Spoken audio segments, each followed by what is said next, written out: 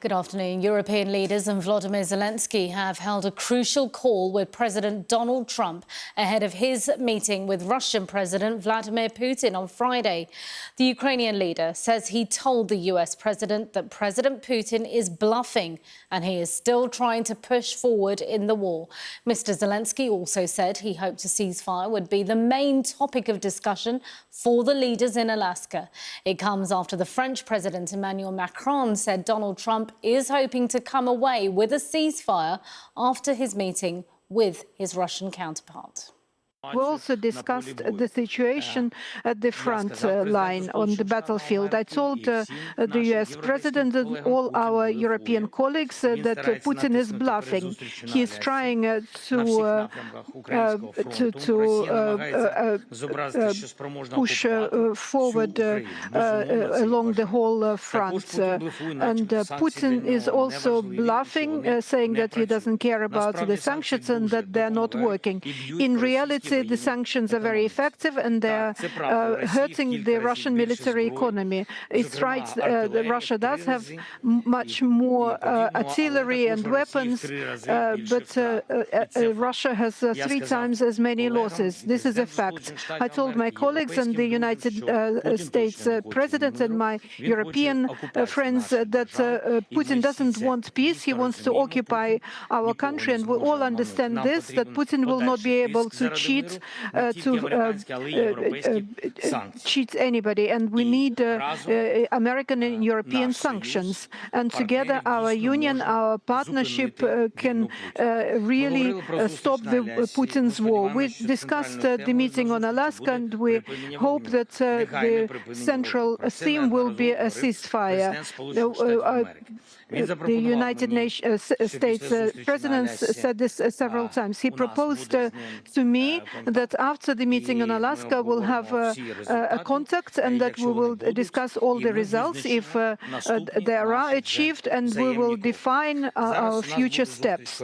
We will have a meeting of the coalition for peace and security, and we're working on that. We made various things clear for the negotiations. We made it clear that Ukraine has to be at the table if there are any follow-up meetings. We want to have negotiations in the right order. A ceasefire has to be the beginning of it. Important elements should then be agreed in the framework agreement. And thirdly, Ukraine is willing to discuss territorial questions, but then the contact line needs to be the starting point, and legal recognition of Russian-occupied territory is not part of discussion. Borders might not be changed through violence. If in Alaska there's no movement on the Russian side, then the US and the Europeans need to increase the pressure.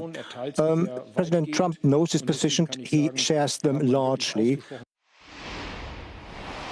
Well, our Europe correspondent Siobhan Robbins is in Berlin for us, and our political correspondent Tamara Cohen is in Westminster.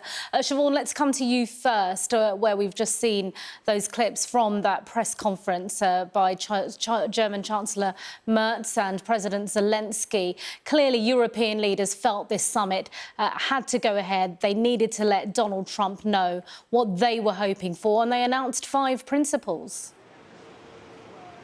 Yes, and we've been saying ahead of these virtual meetings that this is crucial because many see this as potentially the final opportunity for both Ukraine and its European allies to set out its stall again to Donald Trump and J.D. Vance to say these are our red lines, you mustn't cross these, you mustn't get schmoozed or distracted or basically run rings around by President Putin. Obviously not put in those terms, they'll have put it in the most polite terms, but that's really what they were saying. And we heard from Friedrich Merz and Zelenskyy that actually Donald Trump, for most of it, seemed to be on the same page as his European counterparts. So things that they went forward to say were key. are, for example, that a ceasefire has to be the starting point. What they don't want to happen on Friday is for Trump to announce that he's done some sort of joint declaration with Putin, for example, on an economic basis, which basically rewards Putin, and then there's no meaningful steps towards a ceasefire. They say a ceasefire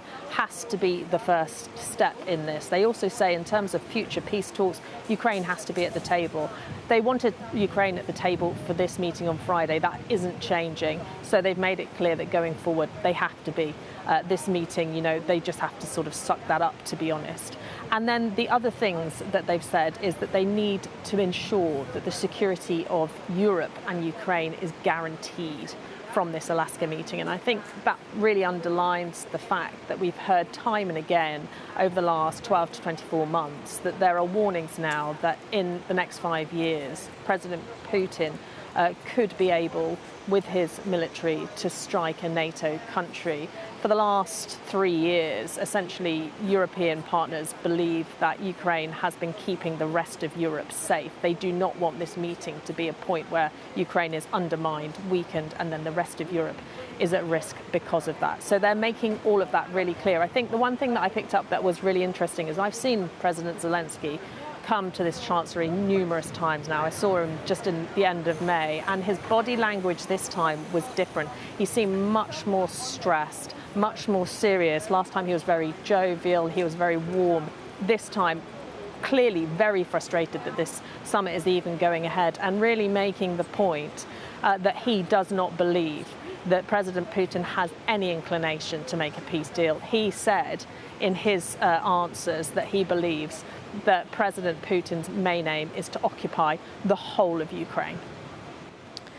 Siobhan, live from Berlin, thank you.